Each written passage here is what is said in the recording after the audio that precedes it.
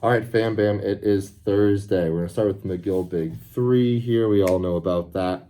When we do those bird dogs, please have the cone on the back. Whenever we do bird dogs now, I want cone on back. Then we have 8 total alternating step-ups onto our box here. Just get those glutes rocking and rolling a little bit more. Single leg work's always good for us. And then 4 double dumbbell strict shoulder presses with 3-second eccentric mean. This is gonna be light. So you're gonna strict press it up, then count to 3 while you're going down. 1, 2, 3, strict press it up. 1, 2, 3, and then do that for 2 more reps for 4 total reps. That eccentric is good for working positioning, warming up our shoulders a little bit more, and also good for strength. And we also have some tempo work within our little strength metcon today. Then 15 seconds of bunny hopping. Okay, just get those calves ready to do a little bit of box jumping. Then we have 6 total alternating skier jumps. Why? Because we want to work on some explosivity of the hips because we are jumping today. And so what do we got going on?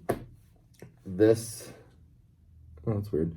This is a continuation of last week's deadlifting. Last week we did sets of 5. This week we're doing sets of 6 because this cycle we're going into for Murph is also a bit of bodybuilding stuff, and contrary to some popular belief, with that bodybuilding, we still need to lift heavy loads. It's not just a bunch of high reps, but we are going 1 rep more to do a little bit more progressive overload to build some strength. So last week it was 5, this week it's 6 deadlifts, and I still want us to try to get the same weight or maybe a little bit more than we got last week.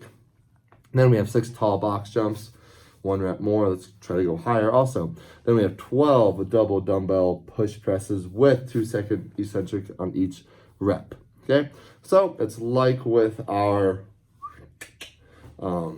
strict presses, but this time it's a push press. So dip, press up, 1, 2, dip, press up, 1, 2, dip, press up.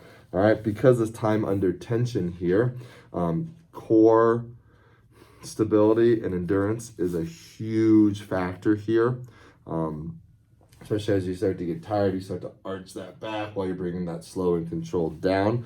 So coaches, please be very, very cognizant and trying to view for arching of that lower back. And then also, if their 2-second eccentric really just becomes a regular push press, they're too heavy, tell them to go down.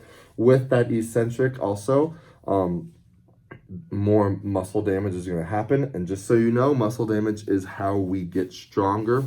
When we lift weights, we literally damage our muscles, so then we can eat food, carbs, protein, all that fun stuff to rebuild them bigger and stronger. So muscle damage is a good thing. But however, with eccentric, it is more damaging. And that's why we don't do a poop ton of reps at eccentric. Granted, we're doing 60 of them today. So with that, we want to be wary of the load we're doing, right? So coaches, be wary of that. Members, be wary of that.